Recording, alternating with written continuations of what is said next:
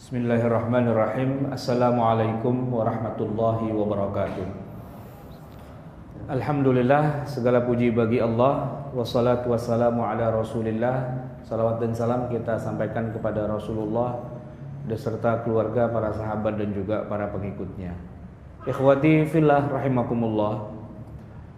Ada perbedaan pendapat dan ada perpecahan. Itu dua hal yang harus kita bedakan. Berbeda pendapat adalah ketika kita tidak sama dalam mengambil kesimpulan.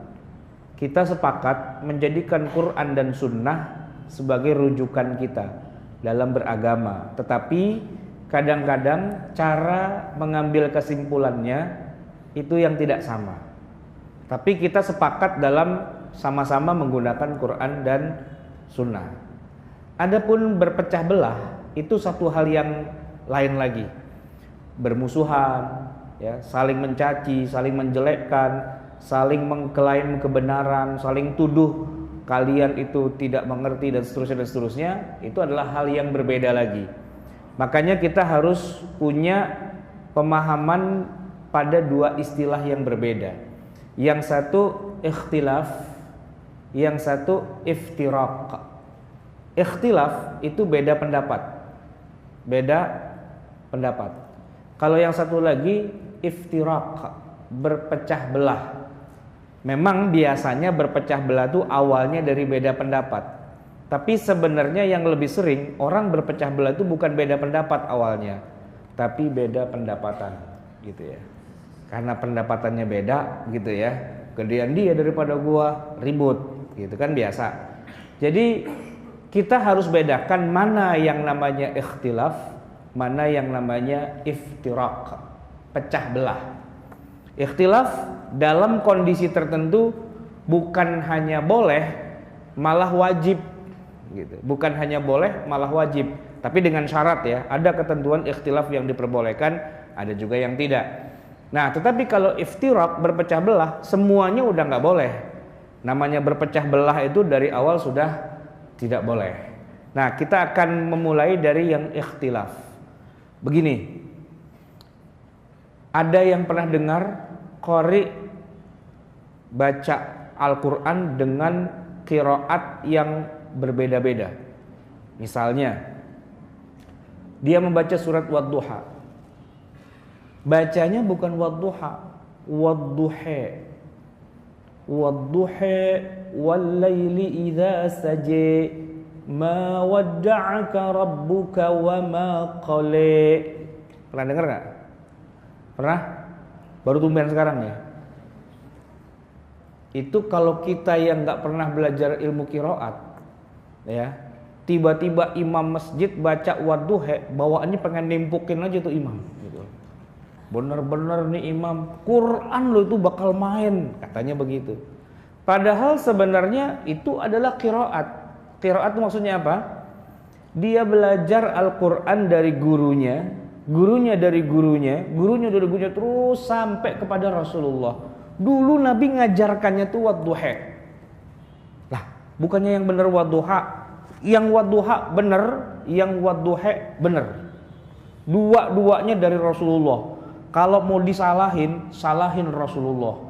Kenapa ngajarinnya dua beda-beda? Ternyata ini ada ceritanya.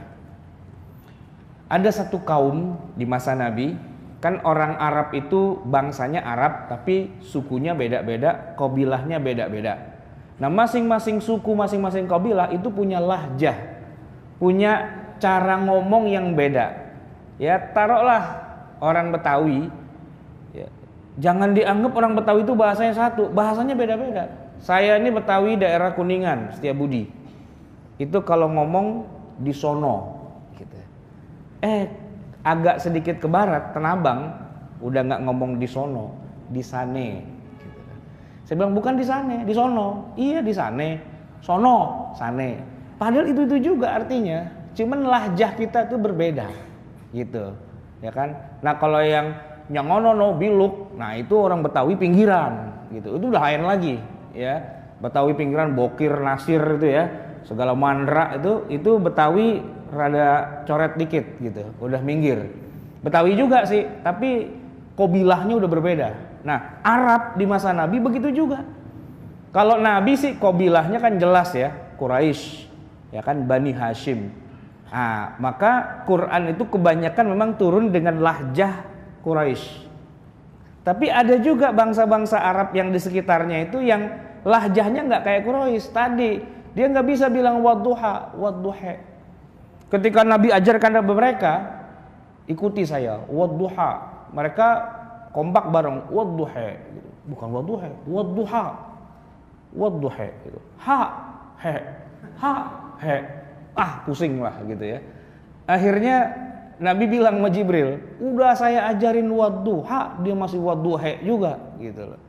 Jibril rapor kepada Allah, besoknya turun lagi ayat itu juga, tapi dengan cara baca kaum itu, wadduha.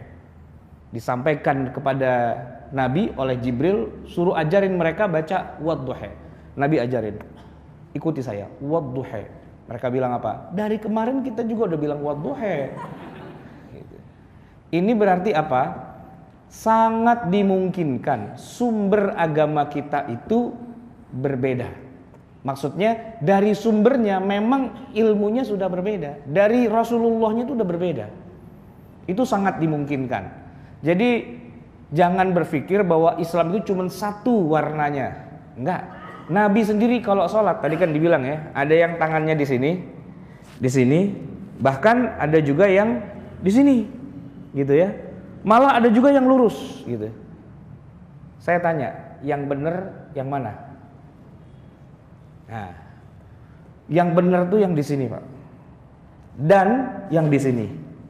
Dan yang di sini dan juga yang lurus. Karena semuanya dikerjakan oleh Nabi. Gitu loh.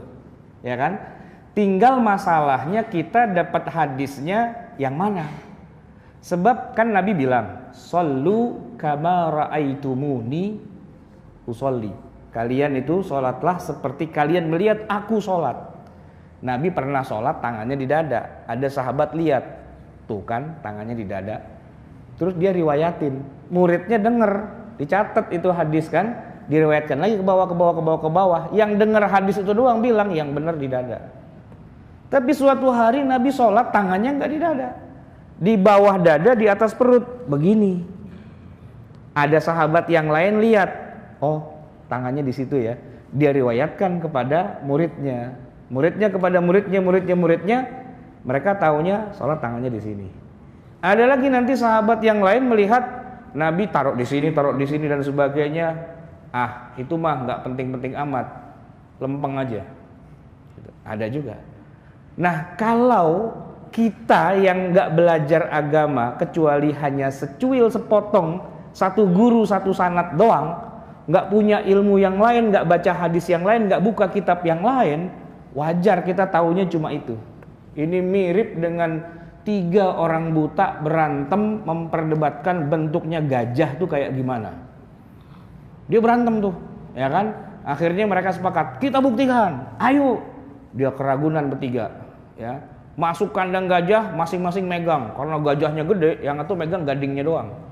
Dia bilang, tuh kan saya bilang juga apa, yang namanya gajah itu dari dulu, dari zaman nenek moyangnya udah lancip gitu. Gajah itu keras, lancip gitu.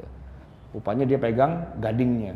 Yang satu nggak bisa, gajah itu lebar kayak kipas, dia pegang kupingnya. Yang satu lagi bilang, gajah itu bulat panjang melilit-lilit. Dia pegang belalainya. Itu sampai pulang lagi dari Ragunan masih berantem juga tuh bertiga. Gitu. Kenapa? Orang pada buta. Coba melek matanya. Oh gitu gajah. Berarti ada gadingnya lancip ya. Ada kupingnya kayak kipas, ada belalainya dan sebagainya. Kalau dia melihat secara keseluruhan, nggak ada masalah. Cuman karena dia nggak bisa melihat secara keseluruhan, cuma bisa ngeraba sambil merem, jadinya kayak gitu. Nah jamaah yang dimuliakan Allah, Rasulullah Shallallahu Alaihi Wasallam itu sholatnya itu ahyanan, kadang-kadang begini, ahyanan, kadang-kadang begitu, ya kan? Kadang-kadang juga hadis itu udah sahih, semua sepakat hadisnya sahih. cuma memahaminya berbeda. Nih, saya kasih contoh nih. Ada hadis yang semua ulama sepakat itu sahih. Kana Rasulullah yuharriku isbi'ahu. Rasulullah itu menggerakkan jarinya ketika beliau tasyahud, tahiyat. Yuharriku, menggerakkan. Semua sepakat menggerakkan. Tapi interpretasi yang namanya menggerakkan ternyata beda-beda. Ada yang bilang menggerakkan itu bergerak tapi sekali doang. Asyhadu alla ilaha illallah. Gitu. Ini kan bergerak nih, dari ngepel begini sampai nunjuk itu kan bergerak gitu. Ada juga yang menginterpretasikan enggak, bergeraknya enggak cuma sekali, tapi beberapa kali, setiap kali menyebut nama Allah. Jadi at-tahiyatul mubarakatus sholawatut thayyibatu lillah gitu ya. Tarik lagi gitu. Nanti asyhadu alla ilaha illallah, tarik lagi. Wa asyhadu anna muhammadar rasulullah, tarik lagi. Gitu. Ada juga yang mengartikan bergerak itu terus-terusan. Maksudnya dari awal at-tahiyat sampai salam itu bergerak terus. Cuma mereka yang memahami yang terakhir ini, yang bergerak terus, ternyata di dalamnya masih beda-beda juga. Pecah-pecah lagi faksinya. Ya. Ada yang bergeraknya itu atas bawah, ya. Tahiyatul mubarakatus sholawatut gitu ya. Ada juga yang kanan kiri. Ada atas bawah, ada kanan kiri. Nah, ada yang ingin menggabungkan antara keduanya. Kenapa? Bisa jadi yang benar atas bawah, bisa jadi kanan kiri. Daripada salah, mendingan dua-duanya di mix, muter jadinya begini. Gitu kan? Asyhadu an la ilaha illallah wa asyhadu anna muhammadar rasulullah gitu kan? Ada itu, gitu. Cuman yang saya belum pernah lihat tafsir yang satu lagi. Dia gerak-gerak juga, tapi dibalik. Asyhadu an la ilaha illallah. Pernah lihat nggak kayak gini? Belum pernah ya, emang nggak ada sih. Untung pakai telunjuk, kalau pakai jari tengah kan jadi kacau itu. Nah, yang atas bawah ya, itu pun masih pecah-pecah lagi. Ada yang gerakan atas bawahnya itu slow, pelan. At-tahiyatul mubarak, gigi 1 gitu ya. Ada yang gigi 2 agak kenceng, ada gigi 3 kenceng banget baru awal begini. Kita yang samping udah sebel aja, bikin nggak konsen, tahu nggak? Wah gitu. Begitu juga dalam masalah merapatkan soft. Itu ada hadis ya yang diriwayatkan oleh Anas bin Malik radhiyallahu anhu, hadisnya sahih Bukhari. Anas itu meriwayatkan begini, saya suatu hari sholat berjamaah bersama Rasulullah SAW jadi makmum. Ketika Nabi memulai sholat itu, beliau menghadap kepada kami dan mengatakan, ya, rapatkan dan luruskan saf kalian, ya, istau wa'tadilu watarassu, dan saling nempellah kalian, gitu. Itu kata Nabi. Sesudah itu kata Anas, saya melihat ada satu orang di antara kami yang menempelkan lututnya dengan lutut temannya dan menempelkan mata kakinya dengan mata kaki temannya. Itu kata Anas bin Malik. Hadis itu sahih diriwayatkan oleh Imam Al-Bukhari. Tapi ketika menarik kesimpulannya, nanti para ulama berbeda. Apakah menempelkan lutut dengan lutut dan mata kaki dengan mata kaki itu menjadi suatu syarat sahnya sholat? Itu satu ya. Ataukah itu sunnah saja? Yang kedua, apakah nempelnya itu harus terus-menerus dari awal Allahu Akbar sampai salam? Itu yang kedua perbedaan pendapatnya. Dan yang terakhir adalah apakah seandainya orang sholat lalu dipisahkan dengan tiang, gitu ya? Itu yang sebelah sono safnya jadi terputus dan tidak sah sholatnya. Hadisnya itu semua sepakat sahih. Tapi ketika narik kesimpulannya itu berbeda-beda. Ya. Katakanlah misalnya Nasiruddin Al-Albani tegas mengatakan bahwa hukumnya wajib nempel lutut dengan lutut kanan kiri dan mata kaki dengan mata kaki. Gitu. Nah, murid-muridnya Albani itu selalu kalau sholat pasti begitu. Ya. Nah, yang bukan muridnya karena nggak merasa wajib, risih juga.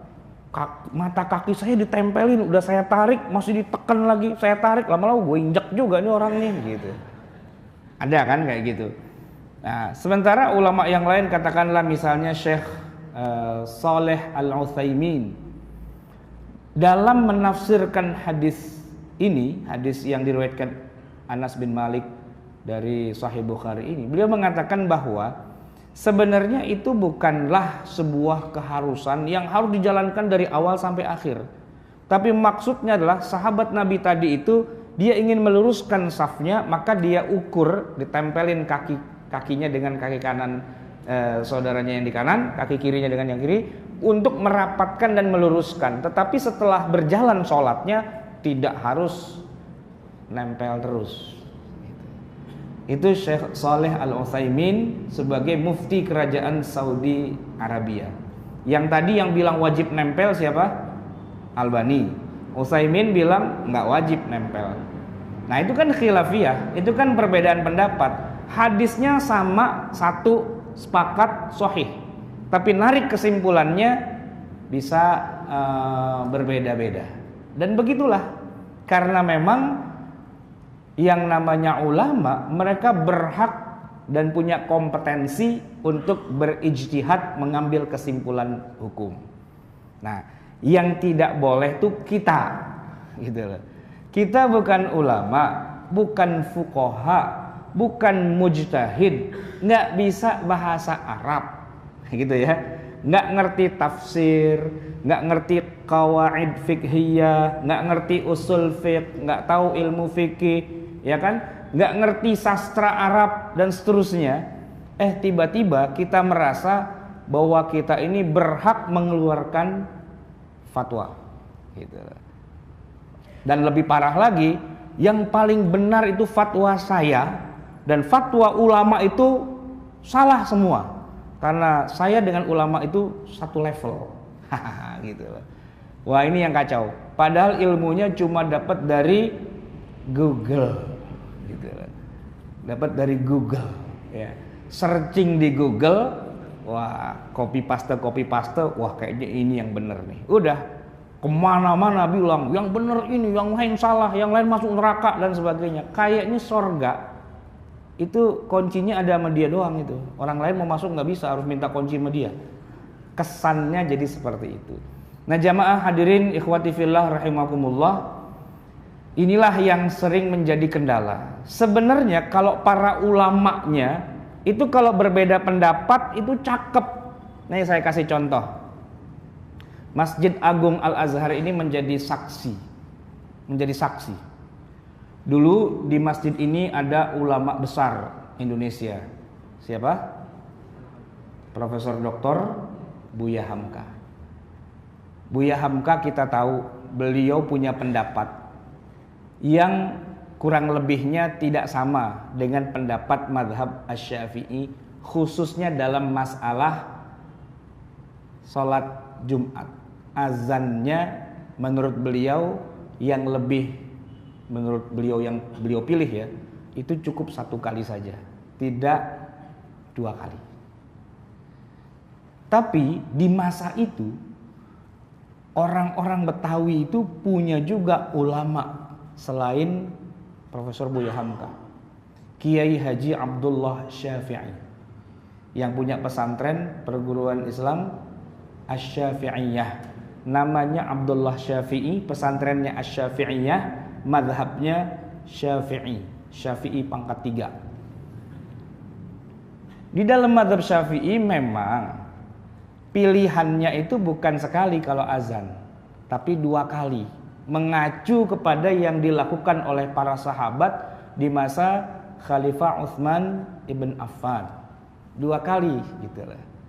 Nah ceritanya begini, kalau Buya Hamka sekali azannya, kalau ke Abdullah Syafi'i 2 kali. Suatu hari di hari Jumat pagi, Kiai Haji Abdullah Syafi'i bertandang ke masjid ini, bertemu dengan Buya Hamka.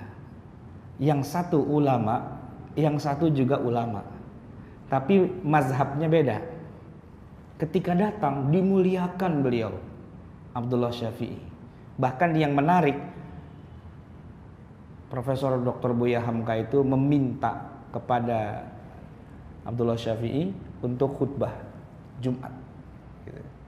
Khutbah Jumat di masjid yang azannya cuma sekali. Kan berbeda tuh dengan yang diyakini oleh Kiai Abdullah Syafi'i. Tapi kata Buya Hamka, khusus untuk Jumat ini, karena Tuan Guru yang khutbah, masjid ini kita 2 kalikan azannya, ihtiraman, untuk menghormati Anda. Jadi 2 kali Pak gitu. Itu masjid ini jadi saksi sejarah. Kalau yang berbeda pendapat tuh ulama, ilmunya luas, baca hadisnya bukan cuma Sahih Bukhari, Sahih Muslim terjemahan, enggak gitu loh ya. Saya mau tanya, kalau Quran jumlah ayatnya berapa? Ada yang tahu? Kira-kira ya 6 ribuan ya. Sekarang saya tanya, kalau hadis tuh jumlahnya ada berapa? Kira-kira deh, kira-kira ada nggak kira-kira 100 ribu? Kurang? 200? Ada nggak kira-kira? Hah? Jumlah hadis Sahih Bukhari Pak, Sahih Bukhari itu hadisnya cuma 7.000. Itu pun terulang-ulang, satu hadis di bab ini nongol, di bab lain nongol, di bab lain nongol lagi. Kalau kita pers, nggak usah diulang-ulang, tinggal 4.000 Sahih Bukhari. Kurang lebihnya Sahih Muslim ya segituan juga lah, gitu. 4.000, gitu loh. Sekarang saya tanya, di luar hadis Sahih Bukhari masih ada hadis yang lain nggak? Ada hadis Sahih juga nggak? Saya tanya berapa banyak jumlah hadis? Tadi Sahih Bukhari saya kasih clue tuh, 4.000 kalau nggak diulang, 7.000 kalau diulang-ulang. Kira-kira hadis yang bertebaran itu ada berapa totalnya? Kata Imam Ahmad bin Hanbal, seorang tidak boleh menjadi mujtahid, belum cukup syaratnya kalau belum menghafal 500.000 hadis matan dan sanadnya. Berapa? 500.000 hadis matannya dan sanadnya. Sekarang saya tanya, 500.000 hadis itu kita nyarinya di mana? Di buku terjemahan? Kagak ada gitu. Ya. Itu bukan ada di buku, itu ngaji kepada ahli hadis. Makanya Imam Bukhari itu gurunya di mana-mana, banyak. Beliau menghabiskan puluhan tahun dari hidupnya untuk berkelana keliling dunia Islam untuk mengaji hadis. Gitu. Kita nggak pernah ngaji hadis, nggak hafal 1 biji aja nggak hafal. Tiba-tiba merasa menjadi mufti kabir yang paling besar. Yang lain salah semua, yang benar gua doang. Gitu. Padahal bahasa Arab nggak bisa. Gitu. Disodorin kitab kuning, baca. Ini salah cetak ya Ustaz, salah cetak lagi, lu kagak bisa baca bahasa Arab, salah cetak gitu. Ini yang jadi masalah di tengah masyarakat kita gitu ya. Semangat keislaman tinggi tapi ilmu kurang. Nah oleh karena itu kalau yang berbeda pendapat yang model beginian memang jadi seru, jadi rame gitu ya kan. Orang nggak punya ilmu dia berantem aja begitu, kita malah dengerinnya ketawa aja. Tapi kalau yang berbeda pendapat itu ulama, ya, itu cakep jadinya. Gitu. Ini masih Buya Hamka juga nih. Kita doakan arwah beliau semoga diluaskan kuburnya, dijadikan kuburnya raudhah min riyadil jannah dengan ilmu-ilmunya yang wah luar biasa. Saya tanya, udah ada yang pernah baca tafsir Al-Azharnya beliau? Jilid 1 sampai jilid 30? Belum ya? Baca. Gini, dulu orang kalau pergi haji dari Indonesia ke Saudi Arabia, zaman segitu belum ada pesawat terbang, naik kapal laut. Ya, Berminggu-minggu itu, bisa 2 minggu tuh naik kapal laut itu. Nah, beliau pernah mimpin jamaah haji juga di kapal laut. Tapi jamaahnya kebelah dua. Ada yang Muhammadiyah kalau subuh tidak kunut, ada yang NU kalau subuh kunut. Tapi kalau mereka sholat subuh, pastinya sholat subuhnya bareng. Nggak mungkin bikin 2 gelombang itu nggak, ya bareng gitu loh. Tinggal masalahnya ini sholat subuh di kapal laut ini mau pakai kunut apa enggak. Kalau dibikin pemilu coblosan gitu ya, siapa yang menang suaranya kan nggak seru ya. Masa kunut nggak kunut pakai pemilu. Jadi akhirnya begini, kebetulan di situ ada tokoh NU juga, sudah almarhum sekarang, Bapak Kiai Haji Idham Khalid, rumahnya di Cipete situ. Ya. Beliau tuh ketua PBNU paling lama dalam sejarah. Nah, bersama dengan beliau Buya Hamka juga ikut. Jadi beliau berdua nih ulama dua-duanya ya, bikin kesepakatan.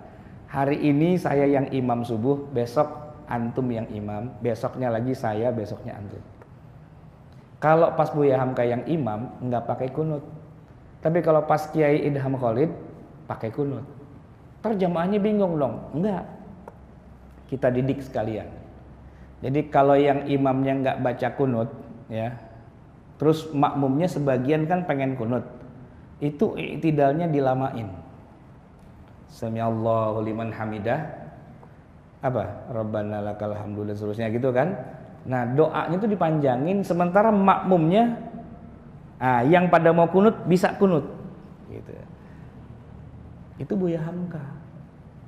Kitabnya tuh bertumpuk-tumpuk gitu, ya kan? Karena ilmunya luas.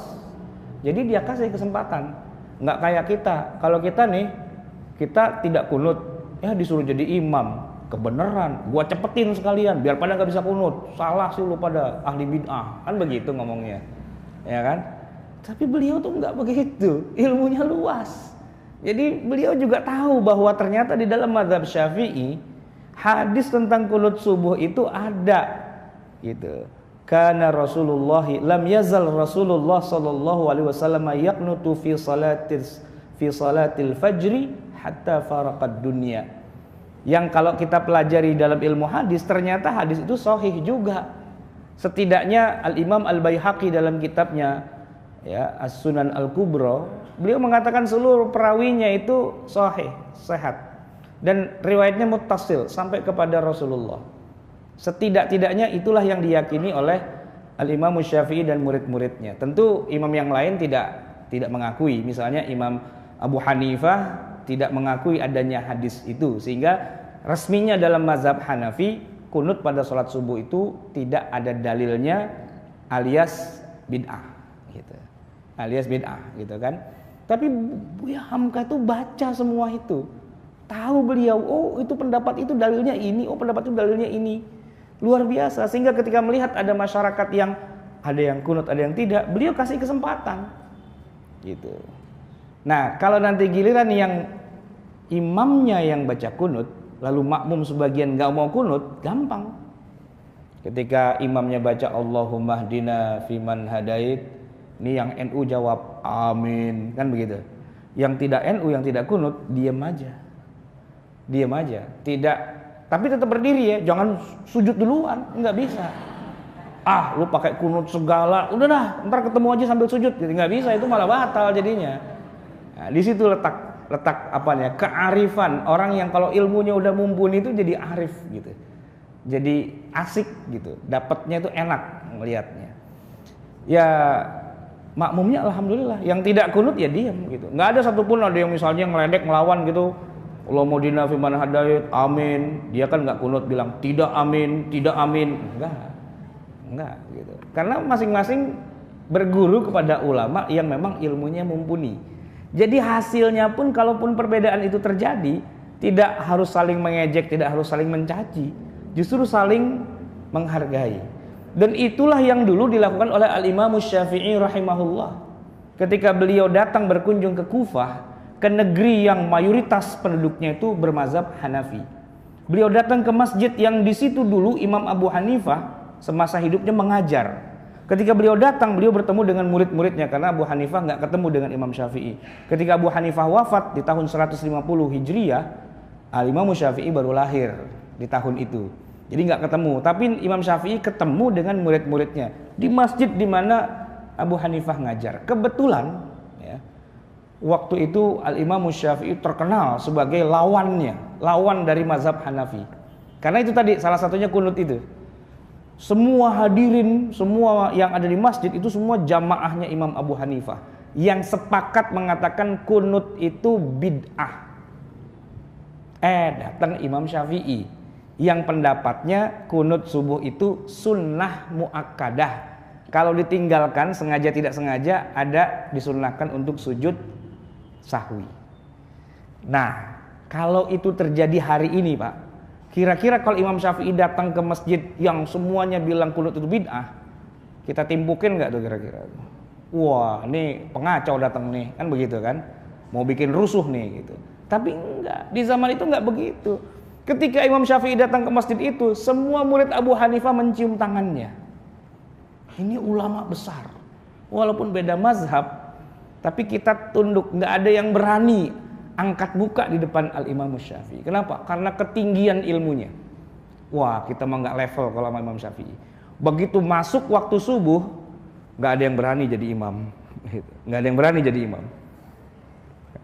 Kenapa? Karena ada ulama besar di tengah kita, Al-Imam Syafi'i. Kata Imam Syafi'i, nggak usah, kalian aja yang jadi imam. Nggak begitu, nggak ada yang berani di sini ngejabanin Al-Imam Syafi'i. Jadi semua sepakat minta Imam Syafi'i yang jadi imam, mengimami sholat subuh di masjid yang membid'ahkan kunut. Imamnya meyakini kunut itu adalah sunnah muakkadah. Kalau antum jadi Imam Syafi'i saat itu yang membela kunut, kira-kira antum kunut apa enggak? Kunut. Salah sendiri kenapa gua disuruh jadi imam, gua kunut aja sekalian, kan begitu. Ternyata enggak. Imam Syafi'i tidak kunut saat itu. Dan itu bikin geger juga. Pimpinan tertingginya yang mengatakan kunut itu sunnah, ternyata dia tidak kunut hari ini. Ini sholatnya politis apa bagaimana nih? Ternyata Al-Imam Syafi'i menjelaskan, kunut sholat subuh itu dalam mazhab Syafi'i bukan wajib, bukan fardu, sunnah. Dikerjakan dapat pahala, nggak dikerjakan nggak apa-apa. Tapi saya sedang sholat di masjid yang mulia ini, yang dulu dimakmurkan oleh Imam Abu Hanifah, guru kalian yang luar biasa ilmunya. Saya ini dengan beliau cucu murid. Nah, gitu. Bagaimana mungkin saya tidak menghormati mazhab beliau? Saya harus menghormati mazhabnya. Saya menghargai pendapatnya. Tidak ada kunut pada sholat subuh. Maka beliau memimpin sholat subuh itu bukan karena politis, tapi karena sangat menghargai keilmuan kakek gurunya itu. Luar biasa kan? Orang kalau ilmunya tinggi itu nunduk, Pak, gitu. Tapi kalau otaknya kosong, ya, kita peres otaknya nggak keluar satupun hadis, emang biasanya vokalis dia, berisik, nyaring, plang plong plang plong plang plong, galak, gitu kan. Tapi kalau udah keisi dengan ilmu, itu nunduk, Pak, ngerti. Kenapa? Karena saya tuh termasuk salah satunya gini.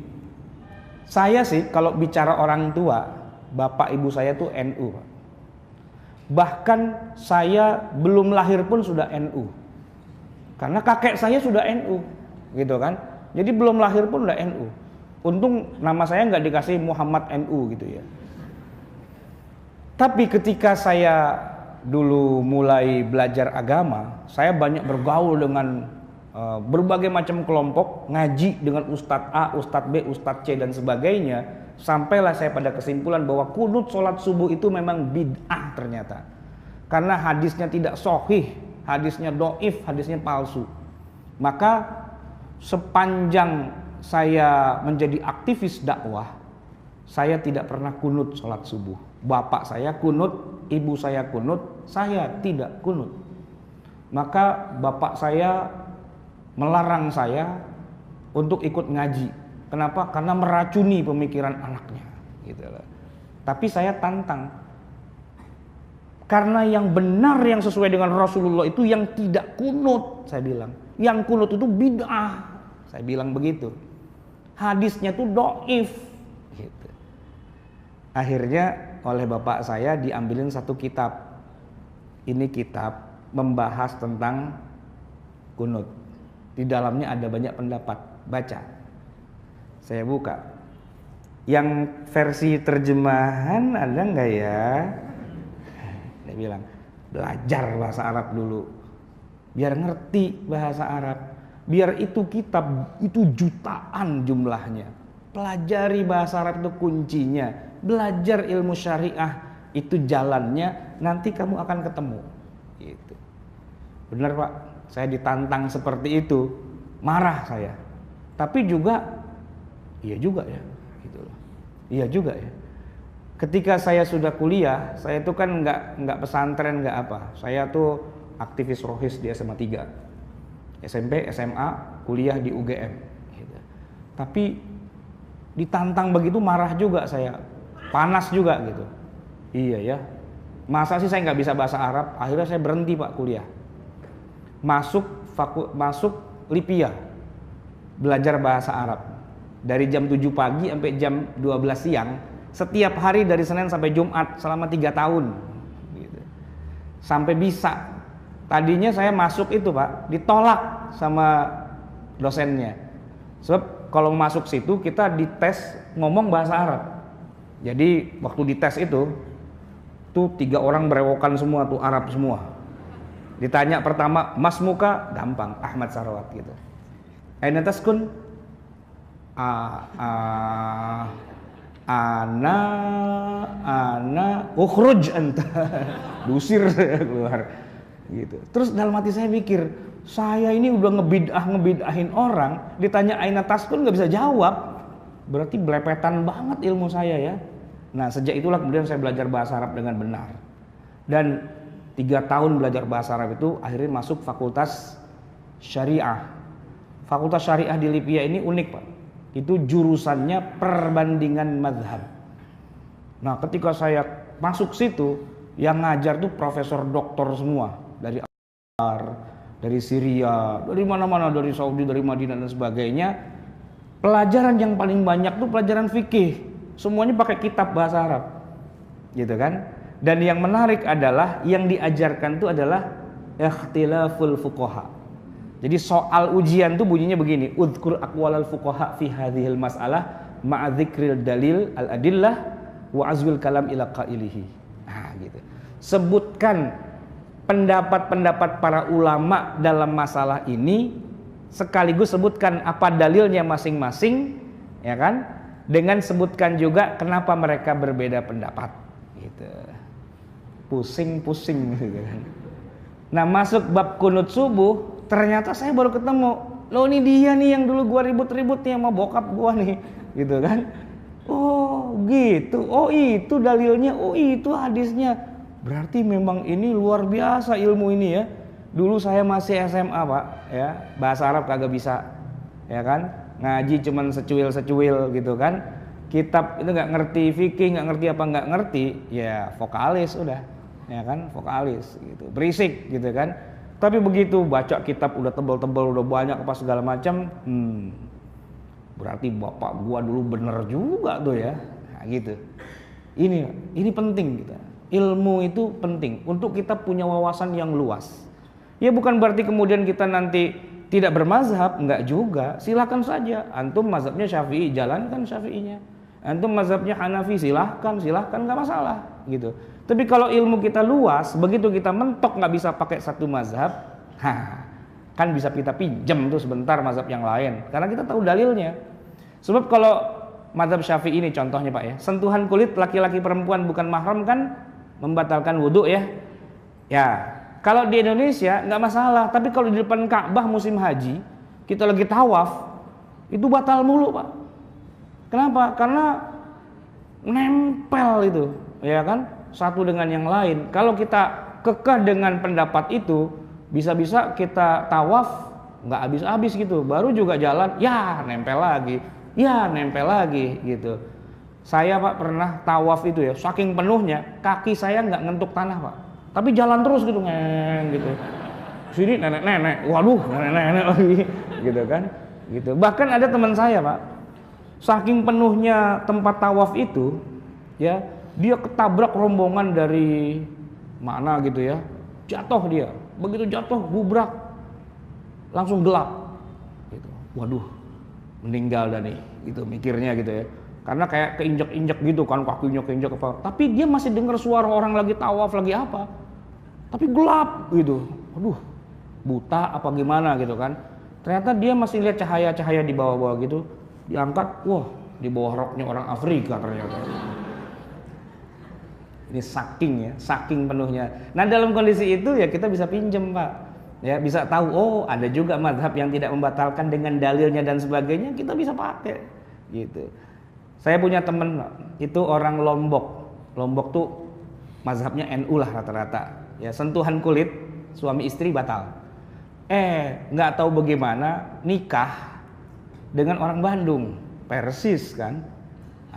Gitu loh. Istrinya itu yakin banget dari kecil diajarin, dicekokin sama bapaknya, laki-laki perempuan sentuhan kulit nggak batal, gitu.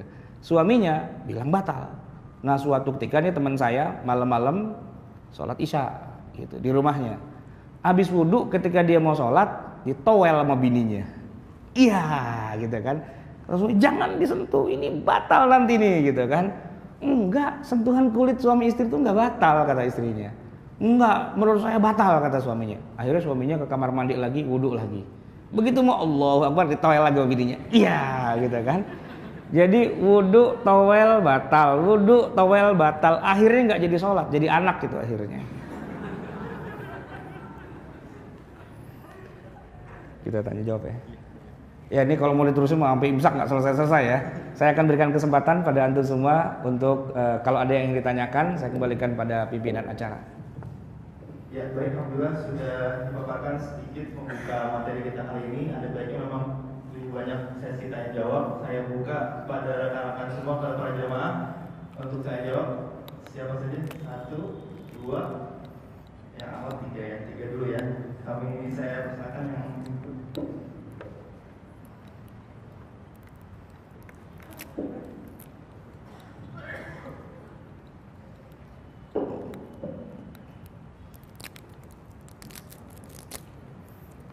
Assalamualaikum warahmatullahi wabarakatuh. Saya ada 3 pertanyaan. Yang pertama, apa bedanya mazhab dengan manhaj? Terus yang kedua, itu kan tadi kan Rasulullah kan sholatnya beda-beda, di dada, itu apa yang saya berkatakan ya. Itu kan Rasulullah artinya beda-beda juga melakukannya. Jadi apakah kita sholatnya juga beda-beda juga bisa atau gimana? Yang ketiga dan terakhir, terkadang itu para ulama sendiri menyampaikan ilmunya bilang kalau pendapat itu misalnya pendapat itu batil, sementara sebenarnya mungkin ada dalilnya gitu. Dan itu kan ke bawah terus sampai ke murid-muridnya gitu Pak. Nah, itu gimana? Terima kasih. Assalamualaikum. Saya langsung jawab aja, takut saya lupa nih nanti. Iya, jadi satu aja udah 3. Dan saya sudah lupa tuh tadi pertanyaan pertama apa tadi? mazhab dan manhaj. Oke, begini. Ini cuman istilah, tapi yang namanya istilah itu kan jadi kesepakatan.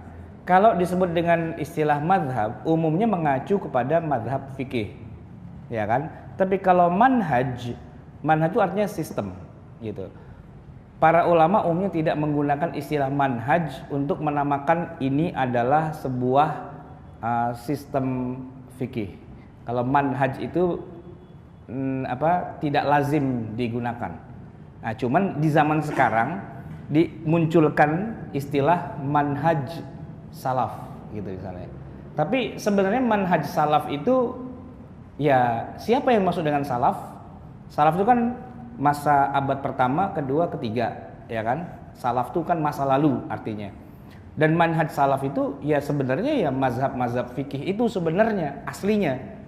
Karena para ulama fikih yang 4 itu ya, Abu Hanifah itu lahirnya tahun 70 Hijriah sampai 150.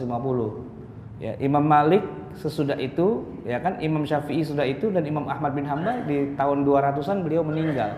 Jadi kalau dibilang salaf, ya 4 mazhab itulah sebenarnya salaf, gitu.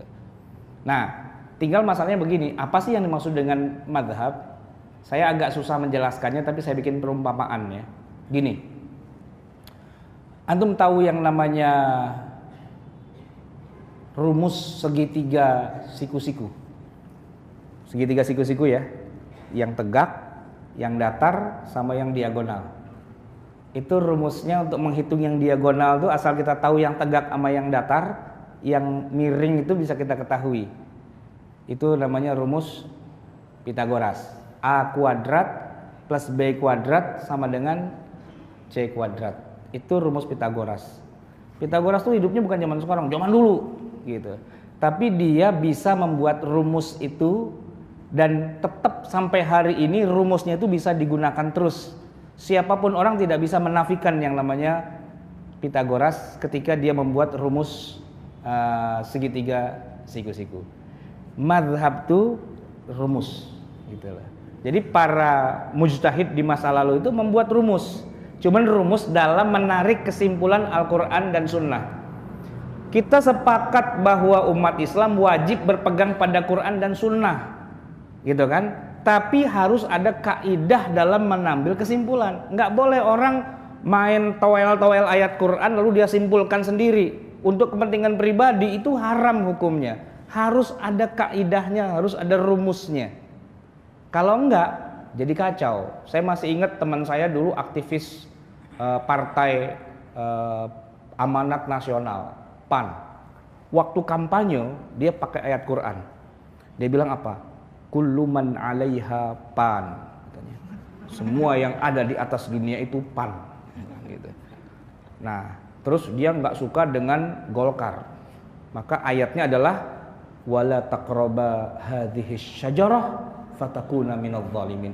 Jangan dekati pohon ini karena kamu akan menjadi orang zalim. Pakai ayat Quran kan? Berpegang pada Quran kan? Tapi kan ngawur gitu loh. Bukan itu maksudnya, ya kan? Antum tahu kalau kita nelpon orang, pulsa udah tinggal sedikit, biar dia telepon balik, kita apain? Ternyata miss call itu ada di dalam Al-Quran. Fama ya'mal misqala zarratin. Ini kan ngawur lagi kan? Nah, biar nggak ngawur, itu yang namanya menyimpulkan ayat Quran itu harus ada rumusnya, harus ada kaidahnya.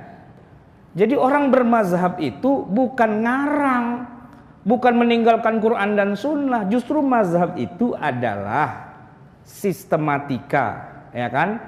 Dia adalah aturan main dalam mengambil kesimpulan yang ada di Quran, yang ada di Sunnah. Sebab kalau nggak ada aturan mainnya, kita jadi kacau nih. Ini contohnya nih, Quran dengan Quran ternyata ayatnya berbeda-beda, bertabrakan satu dengan yang lain. Ada ayat Quran bunyinya, wa min samaratin nakhili wal a'nabi tattakhiduna minhu sakaran wa rizqan hasana. Dari buah anggur dan buah kurma, kamu bisa membuat minuman yang memabukkan dan bisa menghasilkan rizki yang baik dari usaha jual beli minuman yang memabukkan itu. Pernah nggak baca ayat itu? Pernah nggak? Itu ada itu, ya. Suratnya, saya lupa surat apa ya? An-Nahl, surat 16, ayatnya 67. Ntar di rumah buka Qur'annya, baca terjemahannya. Dari buah anggur dan buah kurma, kamu bisa membuat minuman yang memabukkan dan kamu bisa ambil rezeki yang baik dari penghasilan itu. Coba kita pikir, kok Quran malah ngajarin bikin minuman memabukkan? Kok malah ngajarin bisnis minuman keras? Gitu loh. Gimana jawabnya? Gimana jawabnya? Gampang, itu kan ayat turunnya di awal-awal pensyariatan. Di masa itu memang khamar masih halal, ya kan? Masih halal, jadi emang nggak masalah. Tapi setelah itu kemudian khamar perlahan-lahan diharamkan walaupun belum seluruhnya. Nah, ayat yang kedua turun tentang khamar, bicaranya wala taqrabus sholata wa antum sukaro. Jangan kamu sholat kalau dalam keadaan mabuk. Itu diharamkan tapi kalau menjelang sholat. Kalau udah selesai sholat, nggak apa-apa, mabuk lagi. Iya. Kalau sore-sore nih ya, sebagainya tuh ya, sahabat Nabi mau mabok, ntar dulu. Kenapa? Dikit lagi maghrib. Habis maghrib mau mabok, ntar dulu. Dikit lagi isya. Habis isya, nah minumlah sekarang gitu. Kenapa? Subuhnya masih lama. Gitu kan, itu di awal-awal pensyariatan masih begitu. Nah baru kemudian setelah di Madinah ayatnya turun, ya kan, ya diharamkanlah ya innamal khamru wal maisiru wal ansabu wal azlamu rijsun min amali syaitan fajtanibuhu, baru itu diharamkan secara total. Tapi kalau orang nggak ngerti ilmu fikih, nggak ngerti mazhab, nggak ngerti kaidah, dia main pakai aja ayat yang pertama yang udah dihapus dengan ayat yang kedua, yang udah dihapus lagi ayat ketiga, ayat pertama tuh masih dipakai juga. Itu keliru, sesat dan menyesatkan. Maka salah orang mengatakan bahwa kembali pada Quran saja, nggak usah pakai metodologi. Itu salah, keliru, sesat. Karena dia nggak tahu nih ayat turunnya kapan, masih berlaku apa enggak, ya kan? Konteksnya apa? Nah, disitulah penting adanya ilmu syariah. Di situ ada mazhab. Nah, walaupun satu mazhab dengan mazhab yang lain mungkin bisa berbeda-beda metodologinya. Kalau perbedaan metodologinya itu kira-kira kita punya komputer atau handphone lah sekarang nih ya. Handphone yang paling banyak dipakai orang di Indonesia Android, ya kan? Tapi ada juga yang pakai iPhone. Kalau saya, mazhab saya beda. Ini Windows Phone gitu. Tapi saya tidak anti Android karena saya juga punya Android walaupun cuma merek Cina gitu kan. Yang mana aja, dan masing-masing punya kelebihan dan sebagainya. Sebagai pengguna Windows Phone, saya tidak pernah menghina orang yang punya Android. Saya katakan, Android bego, jelek, apa hancur dan sebagainya. Enggak. Karena masing-masing punya keistimewaan. Begitu juga dengan mazhab. Gitu kira-kira seperti itu. Itu pertanyaan pertama udah segitu. Yang kedua tadi apa ya? Yang nanya juga lupa. Nah sebelumnya kita mazhab itu tadi setahu kita ada 4 ya. Yang besar yang eksis sampai hari ini tinggal 4. Saya pernah dengar dari mazhab Ghazali. Oh iya, mazhab tuh banyak, puluhan bahkan ratusan. Tapi yang bisa survive gitu ya dan besar itu ya 4 itu. Nah, gitu. OS itu kan bukan cuma Windows, Linux dan Macintosh aja kan. OS tuh puluhan, ratusan malah. Cuman kita orang awam taunya cuma 3 itu. Bahkan sebagian besar orang taunya OS itu Windows gitu. Malah banyak orang yang nggak ngerti bedanya Windows dengan hard disk gitu kan. Ini nggak ngerti. Ada pejabat ditanya, Pak, Bapak punya email? Punya sih, dulu saya punya 2. Yang satu udah saya jual, yang satu saya kasih ponakan saya. Enggak Pak, email. Iya email, itu yang satu udah saya jual, yang satu saya kasih ponakan saya. Email Pak, email. Iya email katanya. Itu kan nggak ngerti kan sebenarnya kan. Masyarakat kita tuh awam tuh kayak gitu, ya kan. Jadi mazhab itu banyak ya. Cuma ada yang kemudian sudah mati, sudah punah gitu kan. Ada juga yang tidak ada di Indonesia. Ya, jadi kita taunya mazhab Syafi'i saja. Sementara mazhab Hanafi misalnya itu ada sih di Indonesia berapa gelintir aja, nggak banyak. Yang banyak tuh misalnya di Turki atau di Pakistan. Saya pernah Pak datang ke Turki, sholat di masjid Sultan Ayyub yang besar di sana itu. Maghrib, biasalah sholat maghrib kan jamaah penuh gitu kan. Imamnya bagus banget bacaannya, qori'nya itu. Dia baca surat Al-Fatihah itu terakhir tuh waladdallin. Spontan saya langsung nggak ada yang bilang amin, saya doang sendirian gitu loh. Rupanya dalam mazhab Hanafi itu tidak ada amin sesudah waladdallin gitu loh. Bodoh amin gitu aja saya terasin gitu. Kenapa? Nggak ada yang kenal ini, bodoh amat gitu. Begitu rakaat kedua saya teriak lagi amin gitu. Yang lain pada celingkukan, siapa yang bilang amin tuh? Nah, ini kan karena kita taunya ya cuman sedikit. Yang 4 saja kita nggak banyak beredar di Indonesia. Kalau kita di Mekah, di Saudi Arabia itu mazhabnya Hambali gitu kan. Nanti kalau kita di daerah Libya, Tunis, Maroko, Aljazair itu Maliki. Ya, beda-beda lah. Tapi nggak masalah gitu sebenarnya. Oke, yang kedua tadi apa? Iya, ini kan tadi kan Rasulullah beda-beda. Iya. Apakah kita harus sholat beda-beda terus gitu ya? Enggak juga, enggak harus. Karena begini, jadi setiap perbuatan Nabi itu memang sunnah ya. Sunnah dalam arti itu sunnahnya Nabi. Tapi kalau kita tarik dalam ruang lingkup hukum, nah, itu nanti ada yang wajib, ya, ada yang sunnah, ada yang mubah, ada yang makruh dan sebagainya. Nah, perlu kajian lagi lebih dalam, gitu. Saya kasih contoh gini. Nabi itu kalau makan ya kan menggunakan 3 jari. Makan tuh ngopetnya 3 jari gitu loh. Ngunyahnya 33 kali. Saya tanya, wajib nggak buat kita makan dengan cara Nabi? Yaitu dengan 3 jari dan ngunyah 33 kali. Pakai sendok haram, pakai garpu haram, pakai sumpit haram gitu. Harus pakai 3 jari karena Nabi kalau makan 3 jari. Nah, ini kan Nabi memang mengerjakan itu, tapi tidak otomatis. Ya, tidak otomatis apa yang dikerjakan Nabi jatuhnya jadi wajib. Enggak. Sebab kalau emang diwajibkan, kita rada repot juga. Nabi sih makan daging kambing dikopet 3 jari enak, ya kan? Kurma, roti. Kita bubur ayam. Bubur ayam begini ya, punya 33 kali. Orang yang dimakan udah bubur gitu kan. Nah, itu kan artinya apa? Nanti di situ ilmu fikih akan mengurai mana yang jatuhnya jadi wajib, mana yang jadi sunnah dan seterusnya. Begitu juga ketika Nabi sholatnya beda-beda, itu tidak otomatis semuanya harus dikerjakan. Enggak. Di dalam mazhab fikih nanti akan dijelaskan. Dalam misalnya kalau Syafi'i lebih mengunggulkan yang begini, tapi boleh yang begini boleh gitu. Nah, itu beda-beda nanti gitu. Yang ketiga soal ulama yang bisa fatwa gitu kan. Oh iya. Jadi gini, memang sih ada juga dari sebagian ulama yang bahasanya rada pedes gitu. Tapi yang pedes-pedes itu sebenarnya kalau saya bandingkan dengan yang bahasanya santun, lebih banyak yang santun gitu.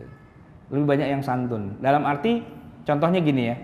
Ketika Al-Imam Syafi'i mengatakan kunut subuh itu sunnah muakkadah, di sono di Kufah mazhab Hanafi mengatakan itu hukumnya bid'ah. Kan jauh banget tuh antara sunnah dengan bid'ah. Tapi yang menarik, mereka tidak berantem gara-gara urusan kayak gitu. Enggak kemudian sono lu tukang bid'ah aja gitu. Enggak gitu. Umumnya para ulama di masa lalu itu bahasanya santun. Walaupun kita tidak bisa menafikan ada 1-2 ulama yang bahasanya pedes gitu.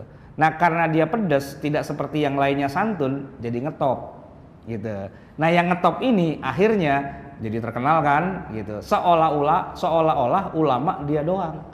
Padahal mah enggak. Kalau kayak kita baca kitabnya Ibnu Taimiyah gitu ya, atau muridnya Ibnu Qayyim, memang bahasanya rada-rada pedes gitu. Tapi sebenarnya enggak juga, karena bahasa dan gaya setiap orang itu bisa dilatar belakangi dengan berbagai macam hal. Misalnya Ibnu Taimiyah kenapa bahasanya pedas? Karena dia memang berdebat dengan lawan-lawannya yang sekiranya memang harus dihadapi dengan cara yang seperti itu. Kita kan nggak tahu. Contoh kemarin waktu nonton di TV itu siaran langsung dari MK, ketika saksi dari Papua, kan ngomongnya galak banget itu ya, gitu. Saudara saksi, apakah pada saat itu hadir? Udahlah, nggak usah tanya-tanya saya itu. Buat apa tanya itu, gitu loh. Bayangin saksi bisa ngomelin hakim, gitu kan? Nah, kenapa? Karena latar belakang budaya setiap orang itu kan beda-beda. Nah, boleh jadi ulama yang bahasanya pedas itu mungkin dari Papua dia, atau maksudnya dari negeri-negeri yang memang gaya bahasa ngomongnya itu keras. Udah pakai mikrofon masih teriak gitu kan, kata hakimnya, Pak ini udah pakai mikrofon gak usah teriak lagi Pak gitu. Oh mungkin di kampungnya memang tidak ada mikrofon, atau memang biasanya udah pakai mikrofon keras juga gitu kan. Ya itu masing-masing budayanya. Tapi secara umum para ulama tuh bahasanya biasanya santun, tidak pedas. Kalau ada ya 1-2 lah. Dan biasanya emang rada-rada ngetop kalau emang berbeda kan. Baik, yang lain silakan. Ya, punya kedua tadi sebelah sini. Laki-laki. Terus yang banyak.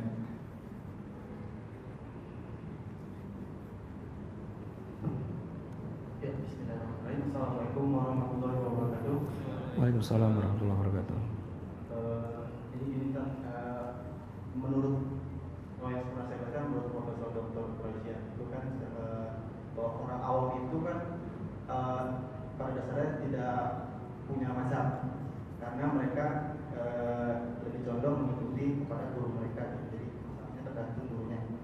Nah itu kalau dalam aplikasinya sehari-hari itu, misalkan dalam contoh saya ada beberapa orang yang kenal itu, jadi kayak misalkan dia sholat kadang pakai nabi yang di bawah perut, lalu ada kadang dia kalau sholat sunnah sendiri dia pakai maliki sadel ke bawah gitu. Yang dia jadi itu ada perbedaan juga. Jadi terkadang kalau orang yang beda-beda gitu aplikasinya, misalnya sholat subuh ini beda, itu di lain sisi ada yang berpendapat bahwa itu seperti mempermainkan pendapat mazhab, tapi ada juga yang berpendapat bahwa seperti melestarikan gitu. Jadi itu bagaimana kalau untuk orang yang seperti itu, apa misal? Gini. Indonesia ini negara yang rada-rada bebas masuk berbagai macam mazhab dari seluruh dunia, gitu ya. Khususnya dalam masalah fikih. Tapi kalau dalam masalah qiraat bacaan Quran, rata-rata di Indonesia itu pakai satu mazhab saja. Bacaan Quran kita itu umumnya riwayat Hafiz dari Asim, cuman itu aja. Yang tidak ada di belakangnya, ya, kecuali cuma satu nya itu, Bismillahirrahmanirrahim wa mursaha, gitu ya. Kalau dalam masalah bacaan Quran, orang Indonesia itu rata-rata satu mazhab bacaan Qurannya Hafiz dari Asim, gitu. Tapi kalau dalam masalah fikihnya di Indonesia, walaupun yang mayoritas Syafi'i, tapi masuk dari berbagai macam negara ke Indonesia. Nah, lucunya adalah begini, banyak orang yang udah nggak ketemu lagi dengan sumber mazhab aslinya, entah itu Syafi'i, entah itu Maliki, itu nggak ketemu dengan guru-guru yang aslinya. Nah, karena dia belajar dari orang yang sebenarnya belajar juga, bahkan cucu muridnya yang dapat pelajaran agamanya secuil ya, kalau datang ke tempat pengajian dengernya cuma sedikit. Satu. Yang kedua, di Indonesia guru yang ngajar agama itu trennya hari ini berbalik. Kalau dulu yang ngajar agama itu orang yang belajar satu ilmu mazhab fikih tertentu, misalnya Syafi'i gitu ya, pakai kitab gitu. Kitabnya kitab mazhab Syafi'i, mulai dari yang paling rendah misalnya Fathul Qorib, naik ke kitab Kifayatul Akhyar, nanti naik lagi mungkin Al-Majmu' Syarah Muhadzab dan sebagainya. Itu biasanya adanya di pesantren. Nah, kalau di pesantren itu biasanya mazhabnya sama semua, satu mazhab, karena dari gurunya jalurnya sama. Cuma kebanyakan masyarakat Muslim Indonesia, khususnya yang di perkotaan, itu nggak ketemu tuh belajar fikih yang langsung dari guru aslinya. Biasanya sudah dari buku terjemahan yang bercampur-campur dari mana-mana, sehingga jadi gado-gado, gitu kan? Sehingga ketika dia sholat, ya contohnya kita nih, antum kan tadi barusan sholat isya, saya tanya pakai mazhab apa tuh sholatnya? Nggak tahu, gitu kan, rata-rata kan nggak tahu Syafi'i apa bukan ya, Maliki atau bukan, atau malah bisa jadi campur-campur gitu kan. Kenapa? Karena kita itu nggak ketemu dengan sanad aslinya, nggak ketemu gitu kebanyakannya. Kita rata-rata Muslim perkotaan ini belajar agama itu nggak pakai kitab, gitu. Jadi nggak ada rujukannya, gitu. Nah, itu yang terjadi di tengah masyarakat kita. Terus gimana? Apakah itu salah? Ya enggak. Itulah yang dikatakan Pak Quraisy tadi, itu orang awam. Mereka tidak bermazhab dalam arti tidak ketemu dengan sanad rujukan aslinya. Kalau ketemu, nah itu pasti dia bermazhab Syafi'i yang 100% gitu. Nah, buat orang awam ya yang penting ente sholat deh, gitu ya. Yang penting jalanin tuh semua kewajiban, mazhabnya apa dan sebagainya nggak penting, gitu. Kenapa? Karena dia juga nggak belajar juga ilmu mazhab itu. Nah, tapi kalau orang yang belajar agamanya dengan guru yang sesungguhnya, gitu ya, dengan kitab-kitab yang sudah ada kurikulumnya, itu dia ahli dalam mazhab tersebut. Karena semuanya memang detail diajarkan. Nah, Kalau orang sudah ngerti ilmunya, tahu dalilnya dan sebagainya, dengan belajar itu memang sebaiknya dia jangan keluar dari apa yang sudah dia pelajari. Karena yang dia tahu itu kan, nggak boleh dia tiba-tiba pindah celuk ke sana, pindah celuk ke sini, kecuali dia memang belajar juga mazhab yang lain, gitu. Contoh nih ya, kita kan mazhab baca Quran kita, qiraat kita kan Hafs dan Asim. Kita taunya wadduha, gitu. Tiba-tiba iseng buka YouTube, ada yang baca wadduhe. Terus kita kemana-mana baca wadduhe, padahal kita nggak belajar itu, ya. Boleh nggak kayak gitu? Nggak boleh ikut-ikutan begitu. Nah, kecuali kalau kita belajar sama guru qiraat yang memang dia punya sanad ke sono sampai ke Rasulullah dan menjelaskan secara detail, sehingga kalau kita belajar 2 qiraat, satu hafaz, satu lagi apa gitu ya misalnya. Nah, karena kita menguasai qiraat 1, menguasai qiraat 2, bolehlah kita menggunakan dua-duanya dalam beberapa kesempatan, walaupun jangan diudak-udak gitu. Jangan diudak. Ketika baca dengan Hafs dan Asim, ya satu surat itu baca selesai itu. Nanti kalau baca surat yang lain, ya sesuai dengan qiraatnya kan begitu. Nah, dalam mazhab fikih, kalau orang yang belajar fikihnya lewat jalur mazhab itu, dia kuasai mazhab itu, ya dia harus pegang itu. Jangan dia loncat sono loncat sini yang tidak ada rujukannya. Tapi kalau dia belajar juga mazhab yang kedua, kayak kita nih di Lipia, belajarnya 4 mazhab sekaligus gitu. Syafi'i juga, Maliki juga, Hanafi juga, Hambali juga gitu kan. Kita langsung ketemu dengan kitab aslinya, rujukannya. Kalau Syafi'i kita baca Al-Majmu' gitu kan. Kalau Hambali kita baca tulisannya Ibnu Qudamah ya kan, Al-Mughni dan seterusnya itu, kita ketemu langsung dengan kitab aslinya, nggak masalah. Kenapa? Kita tahu ilmunya dan tahu dalilnya dan kita bisa praktekkan gitu. Tapi buat orang yang awam sekali, yang jangankan 4 mazhab, 1 mazhab aja dia nggak ketemu belajarnya, terus dia taunya cuman kalau sholat katanya begini, katanya begitu. Ya kita nggak bisa bilang, lu nggak boleh campur aduk mazhab lu, gitu. Kita nggak bisa bilang begitu. Kenapa? Karena dia awam banget. Saking awamnya, ya udahlah, yang penting yang wajib kerjain ya, gitu. Nah, kepada yang awam-awam ini, mereka ini sifatnya hanya udah jalankan saja. Tapi jangan sok bikin fatwa. Kenapa? Orang ilmunya juga nggak punya bikin fatwa, gitu. Kurang lebih gitu kira-kira. Baik, tadi penanya Ahmad satu. Tadi. Oh iya. Ya. Mic-nya ini tetap.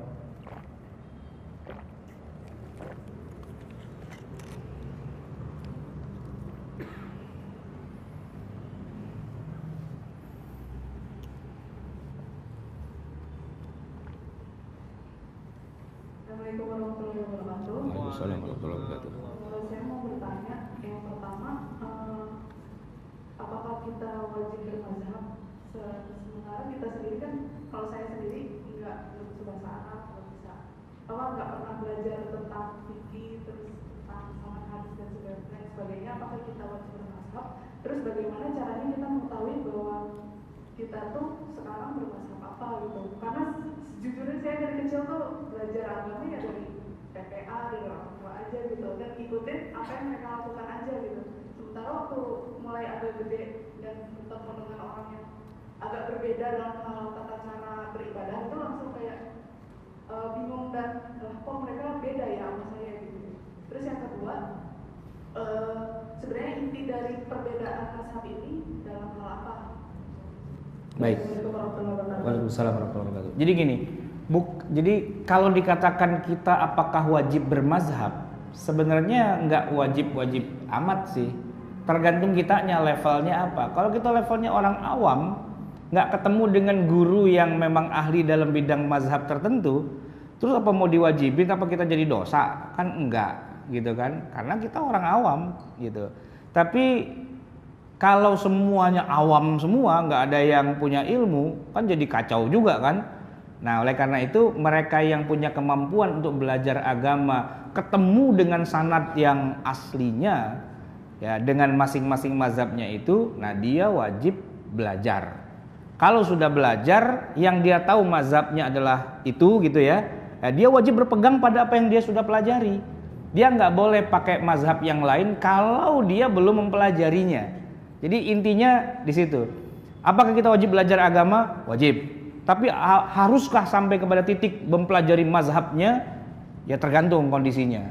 Ya kalau kita orang awam dan nggak ada guru yang ngajarin itu, ya apa boleh buat. Yang penting kita kerjakan sesuai dengan informasi yang kita punya. Rupanya guru ngaji yang ada di masjid depan rumah kita itu ngajarin kalau subuh nggak usah pakai kunut. Ya sudahlah, ikutin aja, gitu kan. Tapi jangan sok menyalahkan yang pendapatnya berbeda. Itu poinnya, gitu. Karena apa? Karena yang berbeda itu boleh jadi pinteran dia dari kita, gitu. Boleh jadi dia pakai mazhab dan memang ketemu dengan sanad aslinya. Sehingga ya kalau kita mendebat mereka malah kelihatan bodohnya kita, gitu loh, ya kan? Nah, jadi tidak harus bermazhab sih, ya kan? Tidak harus bermazhab. Ya pokoknya kalau ada yang ngajarin kita, ya kita ikutin aja. Cuma ini yang jadi problematika di tengah masyarakat kita. Kadang-kadang yang tidak punya ilmunya itu juga sok mau ngajar juga, gitu loh. Saya dari awal dulu pengagum Bang Haji Roma Irama. Ya, saya pengagum. Sebagai pendakwah saya kagum. Tapi ketika di TV kemarin beliau tanya jawab di apa gitu ya, masalah hukum-hukum zakat dan sebagainya, saya bilang kayaknya nggak begitu. Kenapa? Saya kuliah 7 tahun tentang hal itu, saya baca kitab aslinya, saya apa dan sebagainya. Yang beliau jawab itu nggak tepat, gitu. Nggak tepat. Kenapa? Karena beliau bukan ahlinya dalam bidang itu. Jadi kalau udah masuk masalah fikih itu, yaitu kira-kira kalau dalam dunia kedokteran, ya dalam dunia kedokteran, yang namanya dokter umum itu beda level dengan dokter spesialis, ya kan? Orang kalau gejala sakit jantung, kayaknya saya jantung tuh gimana gitu ya. Pertama kan datang ke dokter umum periksa, wah saya agak curiga nih dengan jantung bapak, saya rekomendasikan ya ke dokter jantung, kan gitu ya, rumah sakit Darmais gitu, kesono lah. Nah nggak bisa itu dokter umum tiba-tiba, ya udah pak buka bajunya sini saya bedah jantungnya, nggak bisa begitu. Itu kan dokter umum, ya kan, nggak nguasai masalah. Tiba-tiba dokter bukan, ya, kuliah di fakultas kedokteran juga nggak pernah, gitu. Dia cuma tetangganya dokter, rumahnya emang jejer, gitu. Tiba-tiba bilang jantung Anda bermasalah, woi belagu amat loh. Ilmu kagak punya, tiba-tiba sok ngajar, gitu, sok ngatur. Itu yang harus kita sayangkan. Maka kita kalau belajar ilmu fikih, ya belajarnya kepada ahli fikih. Mau belajar hadis, belajarnya kepada ahli hadis. Nggak penting dia tuh partainya apa, organisasinya apa, ya kan, sukunya apa, nggak penting. Tapi ilmunya, kan begitu. Saya ini dulu belajar matematika, guru matematika saya kafir karena dia bukan orang Islam, gitu loh. Tapi apakah saya bilang nggak mau, saya nggak mau diajar? Kenapa? Anda kafir, ya kan? Anda pasti masuk neraka. Bagaimana mungkin saya belajar dari orang yang pasti masuk neraka? Ya ntar dulu, yang ilmu yang dipelajari itu apa, gitu kan? Matematika, ya sesuai dengan bidangnya, kan begitu kan? Ya kita serahkan kepada yang memang ahli di bidang itu. Saya pak, kalau naik pesawat terbang nggak pernah tuh tanya, mohon maaf nih Mbak Pramugari, saya mau tanya tuh pilotnya agamanya Islam nggak tuh dia? Enggak, soalnya kalau dia terbang, dia bukan Islam, nggak pakai baca Bismillahirrahmanirrahim, saya takutnya nyungsep, gitu. Ada nggak orang kayak gitu? Nggak ada kan? Pilot mau kafir, mau Islam kayak ya nggak apa-apa, terserah. Yang penting dia memang pilot yang sesungguhnya. Masa pilotnya mau kita kasih ganti Pak Haji, gitu kan? Bawa sorban, bawa apa masuk ruang pilot? Bismillah, pencet-pencet aja, Bismillah, ya bubar tuh pesawatnya kan gitu. Jadi sesuai dengan keahliannya gitu. Nah kalau kita belajar ilmu-ilmu dalam Islam itu kan banyak cabangnya. Nah masing-masing tuh harus ada PhD-nya di bidang itu gitu. Nah kalau kita belajar ya ke sana gitu. Bukan fanatisme kelompok yang kita uber-uber. Saya punya guru qiraat. Saya belajar qiraat itu yang qiraah sab'ah itu. Guru saya tuh seorang jamaah tabligh gitu. Orang Pakistan asli yang tinggal di Indonesia dan sering jadi imam di masjid apa itu kebon jeruk, nah gitu. Nggak masalah mau tabligh kayak mau apa kayak, yang penting memang dia punya sanad, saya dapat sanad qiraat itu dari beliau, it's okay, nggak masalah. Yang penting tuh itunya gitu. Memang kepakaran dalam bidang cabang ilmu tersebut, itu poinnya. Tadi pertanyaan keduanya apa tadi? Lupa juga ya.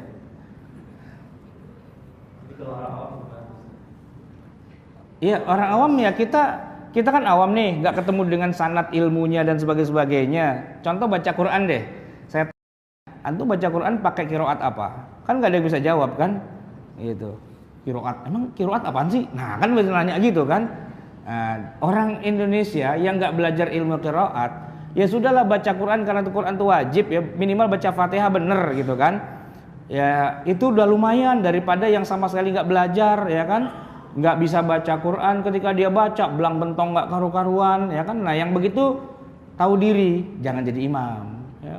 Ini udah bacaan nggak karu-karuan, mana huruf fa dengan huruf pa itu nggak bisa bedain. Pa ija, parogeta, pangsob gitu kok jadi imam, mundur gitu loh, karena dia nggak belajar dengan benar kan.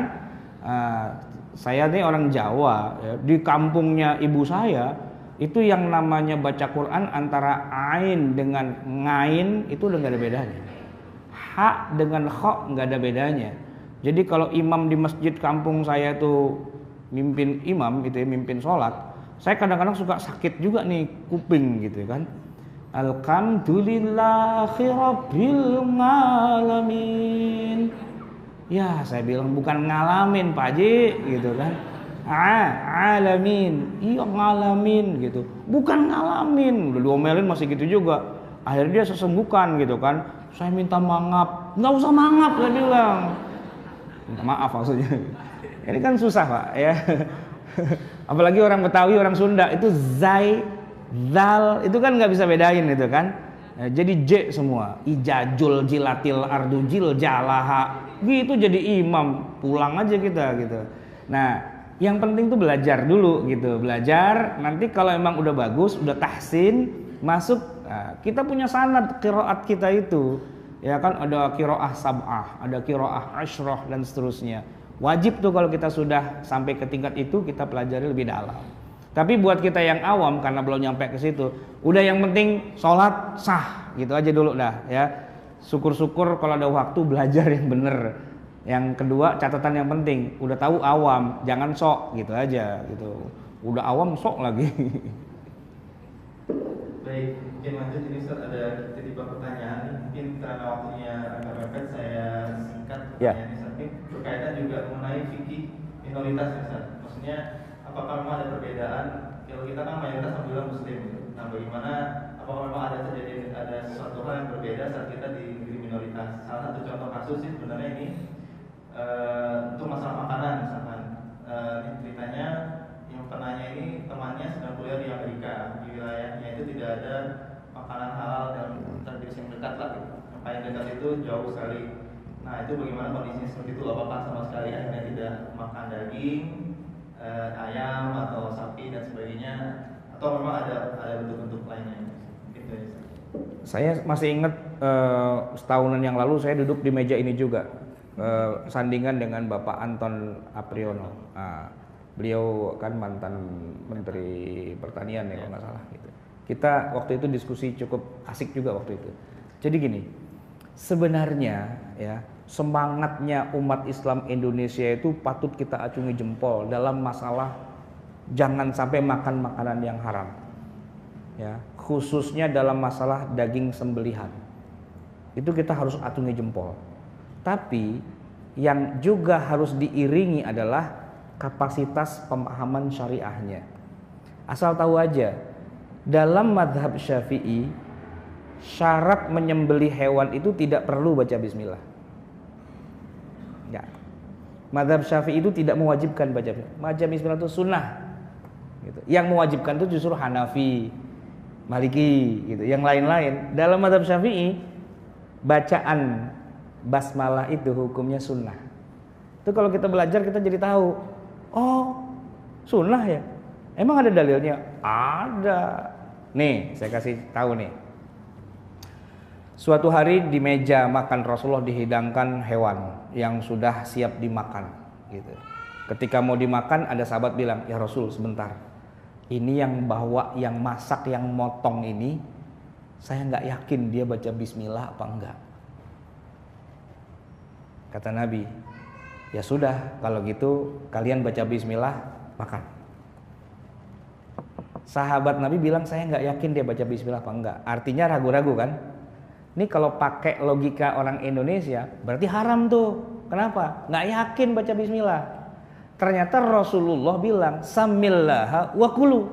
Kalian makan saja, baca bismillah sebelumnya, wassalam, kan gitu.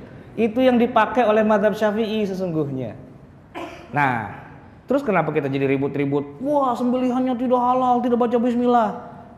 Itu mazhab yang lain. Mazhab Syafi'i malah boleh, gitu. Yang kedua, nih dalilnya. Al-Quran surat Al-Ma'idah ayat 5.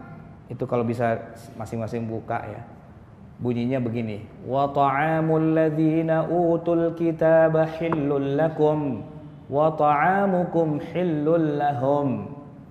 Sembelihan ahli kitab Yahudi, Nasrani, hillul lakum, halal bagi kalian. Wa ta'amukum, dan sembelihanmu halal juga buat mereka.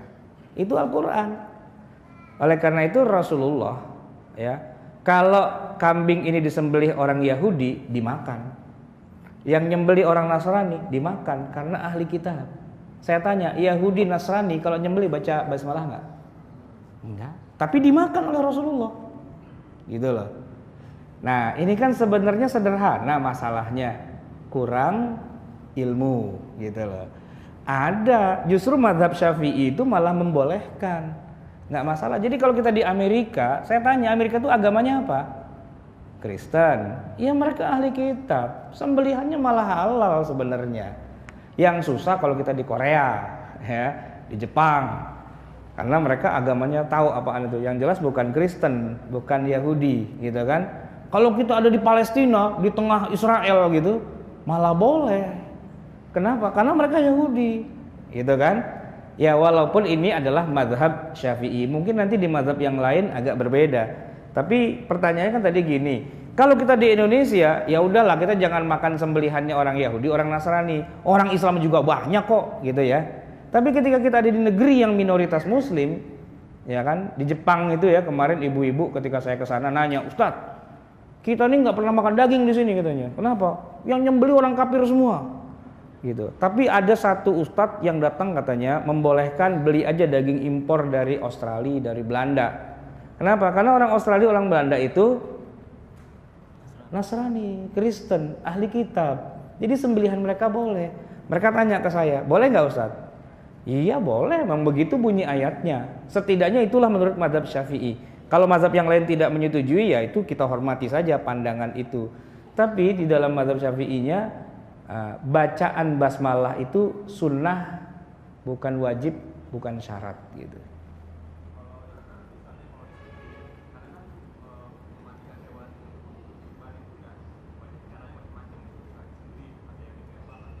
Oh iya, kalau ditembak pastilah jadi bangkai, ditembak, digecek palanya, dipelintir, dicekek, dibanting, ditusuk gitu ya nggak boleh. Iya. Saya menghargai antum, harus hati-hati kan? Iya, memang kita harus hati-hati gitu. Makanya di berbagai negeri minoritas Islam itu tetap saja umat Islamnya pecah-pecah juga antara yang membolehkan dengan yang tidak membolehkan. Yang tidak membolehkan seperti yang antum bilang tadi, kan kita nggak tahu cara membunuhnya, nah gitu kan? Oke lah nggak baca Bismillah, tapi kan membunuhnya kita nggak tahu. Apalagi di YouTube beredar, wah ini sapinya langsung digiling masih hidup-hidup, nah gitu kan dan sebagainya. Ya silahkan saja. Cuma saya secara pribadi memberikan jalan keluar. Ya kalau kita mau hati-hati bagus, itu namanya warok, gitu kan? Warok itu kan hati-hati. Tapi kalau kita bicara hukum tuh nggak bisa pakai istilahnya asumsi. Hukum tuh harus fakta, gitu kan? Fakta. Sekarang ini faktanya adalah daging sapi, ya kan? Yang umumnya orang melakukannya dengan cara disembelih. Sebab kalau dengan cara digebuk misalnya, atau dipelintir, atau dicekek, atau diapain, itu secara ilmu perdagingan itu nggak bener daging sapinya itu. Karena yang paling bener itu menurut para jagal itu, yang paling bener itu ya disembelih gitu loh. Walaupun mungkin nyembelihnya pakai mesin nggak masalah. Karena apalagi misalnya dikasih gas dulu dibius gitu ya, itu juga nggak masalah. Karena tidak menyakiti gas itu, kan gas itu bikin sapinya jadi jadi fly, jadi stone gitu kan, wah gitu kan. Terus dipotong pakai mesin, karena dia kan udah ada itunya kan, baris gitu, maju satu-satu, potong. Itu nggak masalah mesin itu, karena dia alat juga pada dasarnya. Nah yang nggak boleh nih sapi gitu ya, terus kemudian palanya kita gebuk pakai besi beton, jeber gitu kan. Nah itu yang nggak boleh. Atau kita tusuk dari belakang, jos gitu atau. Tapi lazimnya rumah potong hewan di seluruh dunia itu lazimnya adalah yang menggunakan sistem penyembelihan, lazimnya. Tapi kalau kita mau curiga dan mau hati-hati ya silahkan saja. Cuman saya sih menganjurkan jangan terlalu banyak curiga dulu. Sebab begini, syariat Islam itu, hukum Islam itu tidak akan menghukum pada sesuatu yang kita tidak ketahui. Gitu. Ini contoh ya, ketika Allah mengharamkan pohon yang di surga itu, ya kan? Allah bilangnya begini kepada Adam, Hawa, jangan kamu makan, dekati pohon ini, hadhis syajarah. Adam lihat tuh pohonnya, oh ini nggak boleh ya, ini nggak boleh. Jadi yang dilarang oleh Allah tuh jelas. Kalau sampai Adam kemudian memakannya, wajar dia dihukum, ya kan? Itu sistem larangan Allah tuh begitu. Allah tuh tidak bikin yang haram tuh yang tersembunyi. Adam, hati-hati, di surga banyak jebakan. Kamu nggak boleh makan sembarangan, siapa tahu itu haram. Nggak ada firman Allah tuh yang sifatnya siapa tahu, itu nggak ada, gitu loh. Kalau dibilang haram tegas, ini. Nah, terus kalau kita ternyata zahirnya nggak ada kok larangannya. Nah, terus kita jadi parno gitu ya, paranoid. Jangan-jangan itu haram, jangan-jangan itu haram. Kalau semua itu kita hidup dengan cara jangan-jangan di karpet yang kita dudukin ini tadi ada tai ayam di sini loh. Mana nggak ada dalam ukuran molekuler. Iya, susah kan kita hidup kalau begitu caranya. Semua serba jangan-jangan gitu kan. Nah ini yang harusnya nggak boleh kita lakukan. Tapi ya kalau ada orang mau warok bisa juga. Saya punya saudara sepupu, waroknya luar biasa. Hati-hati. Dia punya sejadah buat sholat. Dia gelar sejadah, tiba-tiba handphonenya bunyi. Sejadahnya dilewatin sama istrinya, diinjek, terus jalan gitu ya. Itu sejadah langsung masukin bak cucian. Kenapa? Saya nggak yakin kakinya istri saya itu tidak ada najisnya. Periksain, nggak ada najis. Tapi saya nggak yakin, mungkin secara molekuler dia tuh ada najisnya. Ini kan susah orang kalau kayak gini hidupnya kan. Dikit-dikit najis, sedikit-sedikit najis. Najis kok cuma sedikit, gitu kan. Padahal dalam syariat Islam, ini saya kasih contoh ya. Urusan najis nih, orang Indonesia itu kan paling fanatik dengan najis. Dikit-dikit najis, gitu kan. Istrinya Rasulullah siapa? Bukan, satu lagi, Ummu Salamah. Nah, Ummu Salamah ini lebih cantik dari Aisyah. Ya, bajunya pun juga lebih modern dari Aisyah. Ummu Salamah tuh tinggi, besar, putih. Bajunya tuh menjuntai sampai ke tanah, keseret-seret di tanah. Jadi kalau dia jalan di Madinah itu, ya bajunya gangsrut tanah gitu lah. Nah, terus kan jalan-jalan di kota Madinah itu kan sering dilewatin kuda, onta, macam-macam ya. Itu kan suka kena kotoran itu kan. Ada salah seorang sahabat bilang, "Ya Rasulullah, ibunda mukminin kita bajunya geser-geser tanah itu. Apa enggak najis?" Apa jawab Nabi? Enggak najis. Kenapa? Kalaupun dia kena kotoran, kena najis, setelah itu dia jalan lagi, kena tanah lagi kan, maka tanah yang berikutnya itu sudah mensucikan najis yang kemungkinan ada. Hebat kan? Itu Rasulullah. Pernah juga Rasulullah lagi sholat, tiba-tiba Jibril turun dalam sholat itu, lalu Nabi kemudian melepas sendalnya. Jadi Nabi itu sholat memang pakai sendal. Nah, karena imamnya mencopot sendal, makmumnya semua pada copot sendal. Begitu selesai kata Nabi, kalian kenapa pada copot sendal? Ya imamnya copot sendal, ya kita copot sendal. Kirain rukun sholat kali gitu ya. Ternyata Jibril itu turun ngasih tahu bahwa di bawah sendalnya Nabi itu ada najisnya. Terus dilepas sama Nabi, ya sudah. Setelah itu kata Nabi, kalian besok-besok kalau pada mau masuk ke masjid, mau sholat, keset-kesetkan dulu sendalnya di luar. Setelah itu silahkan sendalnya dipakai dan sholat pakai sendal. Ini catatan, di masa Rasulullah Masjid Nabawi tidak pakai karpet, Pak. Itu tanah. Jadi orang pada masuk ke dalam pakai sendal, pakai sepatu.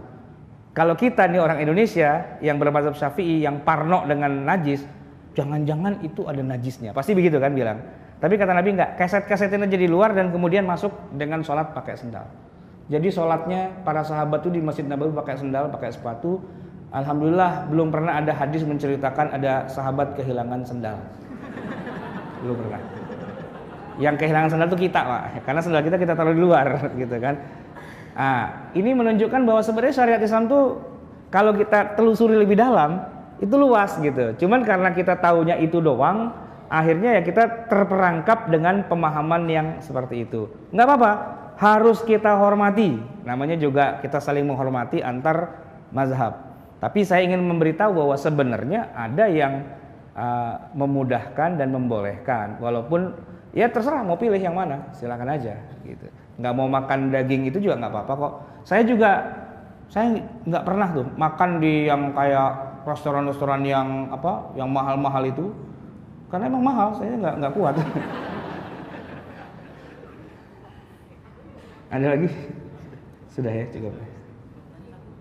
Ya, mohon maaf, mungkin nanti bisa tanya personal kali ya habis acara ini. Baik, alhamdulillah tadi memang pembahasannya sangat menarik sekali dan memang mungkin intinya ya karena waktu juga sangat terbatas, saya ambil memang kita ini sangat-sangat perlu sekali untuk belajar. Satu dari segi membenarkan ibadah kita juga, terus yang kedua juga untuk melatih tadi ya melihat perbedaan-perbedaan tadi, memahami perbedaan dan juga jangan sampai kita terbagi kepada tadi pertama Ustaz sebutkan ada yang nama perbedaan pendapat, ada yang nama perpecahan. Perbedaan pendapat itu dibolehkan, tapi perpecahan itu tidak dibolehkan sama sekali.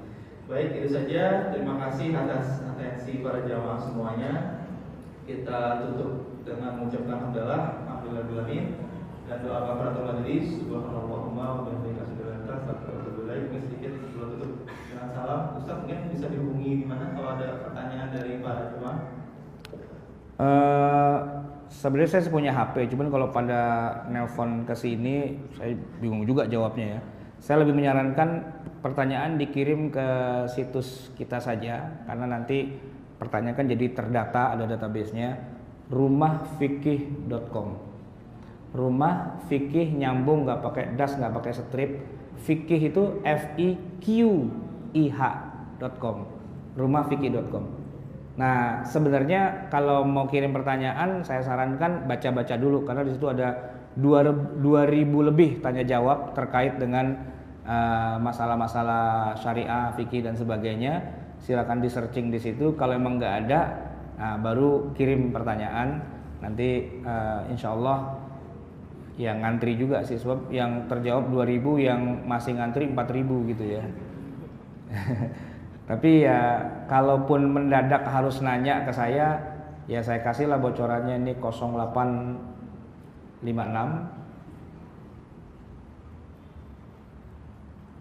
9446 1792. WhatsApp lah ya ke nomor itu gitu ya. Ke WhatsApp kan gratis ya. Tapi jangan kirim iklan ya. Kasih nomor iklan. Kemarin saya kan membahas di website saya tentang ketentuan cara menyembelih akikah yang benar, cara menghitung hari ke-7 itu gimana. Komen-komennya sedia kambing akikah gitu kan. Ini mah ribet aja. Memanfaatkan kesempatan gitu. Baik, cukup. Ya baik, alhamdulillah tadi sudah kita tutup dengan doa dan doa majelis. Terima kasih sekali lagi atas kehadiran para jamaah semuanya. Silakan ditunggu, insya Allah minggu depan akan ada lagi majelis ilmu Indonesia di Al-Qur'an Isya. Wassalamualaikum warahmatullahi wabarakatuh.